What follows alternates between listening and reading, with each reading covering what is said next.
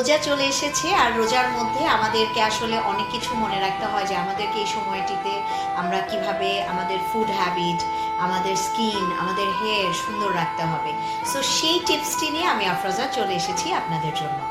আমরা রোজা আমাদেরকে করতে হবে আমরা জানি, এবং আমাদেরকে লম্বা সময় এই ফাস্টিংয়ের কারণে আমরা পানি ইনটেক করতে পারবো না, ফুড ইনটেক করতে পারবো না, সেই জায়গাটি আমাদের মনে রাখতে হয়।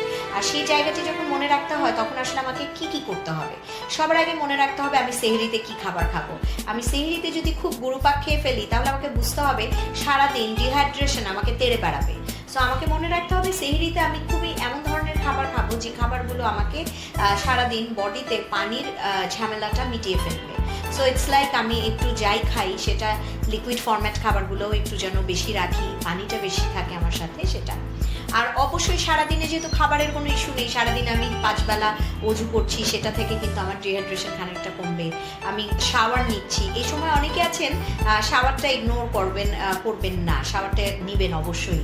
অ্যান্ড সেক্ষেত্রে অনেকে আছে 2 বা 3 বার করে ফেলেন, সেটারও দরকার নেই, একবার অবশ্যই শাওয়ার করবেন, বড় জোর 2 বার করতে পারেন। তার পাশাপাশি আপনি যখন ইফতার খাচ্ছেন তখন কি করবেন। ইফতারের সময় আমরা ম্যাক্সিমাম টাইম যেটা সবাই করে থাকি, সব ভাজা পোড়া খেতে থাকি। আপনাকে মনে রাখতে হবে এই সময় আপনি ভাজা পোড়া একদম খাবেন না, আপনি স্টিম ফুডগুলো খাবেন যেগুলো সিদ্ধ করে খাওয়া যায়, সে ধরনের খাবার খাবেন। আপনি ফ্রুটস খাবেন, আপনি দই দিয়ে খাবার খাবেন। সো আপনার খাবারের প্রতিটি বিষয় থাকবে এক্স্যাক্টলি যেটা দিয়ে আপনি আপনার সুস্থতা মেনটেন করতে পারবেন। ঠিক তার পাশাপাশি আপনাকে মনে রাখতে হবে যে আপনি যেটি করবেন সেটি হচ্ছে আপনার খাবারের মেনুতে লিকুইড খাবার বেশি রাখা। ইটস লাইক আপনি ইফতারে অবশ্যই একটা স্যুপ রাখতে পারেন, এবং একটা আপনি তো আমরা জুস খাই, আমরা জানি আমরা ইফতারে অনেক সময় 2 রকম 3 রকমের জুসটা রাখি, যেটা আমার খুব পছন্দ। মানে আমি ইনফ্যাক্ট আমি সন্ধ্যার পর থেকে সেটার উপরেই থাকি।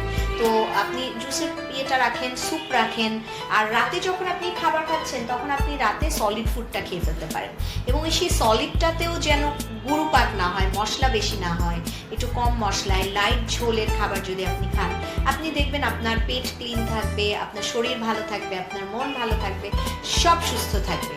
সো সেই ক্ষেত্রে আসলে আমাদের এই বিষয়গুলো মনে রাখতে হবে। আরেকটি বিষয় যেটা আমরা করতে পারি সেটি হচ্ছে, অনেকেই আছে আমরা ফিল করি আছে এটা তো খুবই বেশি সোকল্ড খাবার টাইপ কিছু, চিড়া, দই, কলা, এগুলো তো এইটা খাওয়ার কি আছে।